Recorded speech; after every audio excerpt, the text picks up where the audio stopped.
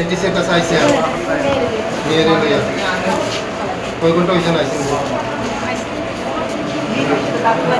ডাক খোলাইতেছে না ঠিক আছে আমি বাবা খাই রাখলে না বরাবর ঠিক আছে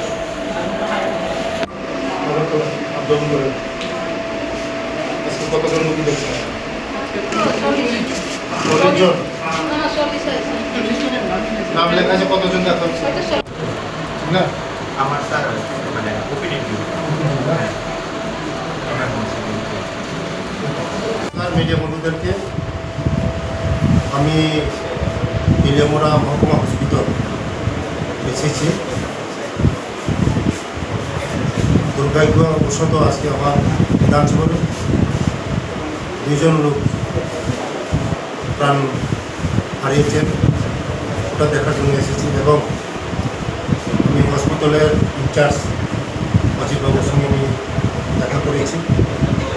এই হসপিটালের যত মেনটেন্যান্স করার যে জিনিসগুলো করার ওকে বলে গেছি, উনি সোমবার দিনের মধ্যে করে দেবেন। যে জিনিসগুলো খারাপ আছে এগুলি জিনিস করে দেবেন, তার জন্য উনিকে ধন্যবাদ। আমার সঙ্গে আছে সাব ডিভিশনাল অফিসার এসডিএম এবং সমস্ত স্টাফ আছেন। অজিতবাবুকে আমি বলেছি যে যতটুকু করার এটা করে দেবেন, সোমবার দিন করে দেবেন, তার জন্য ধন্যবাদ ওনাকে। যে আগামী দিন আমাদের এই ইলিয়ামোড়া হসপিটাল আমাদের গুরুত্বপূর্ণ হসপিটাল, মাত্র অঞ্চলের যে সমস্ত মহকুমার এটা ইলিয়ামোড়া মহকুমার হসপিটাল। আমরা চাই আমাদের সমস্ত যারা দূর দূরান্ত থেকে আছে ভালো সেবা পাওয়া যায়, তার জন্য এই হসপিটালটা গুরুত্বপূর্ণ। আগামী দিন ওরা নিজেদের দায়িত্ব সহকারে কাজ করবেন এবং মানুষের সেবা করবেন।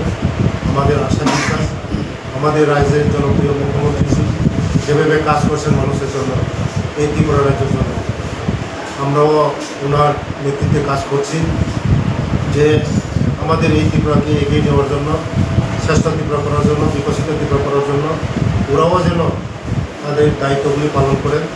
আমি কথা বলেছি ওনার সঙ্গে, আগামী দিন এই ইলিয়ামোড়া হসপিটাল মানুষের জন্য পরিষেবা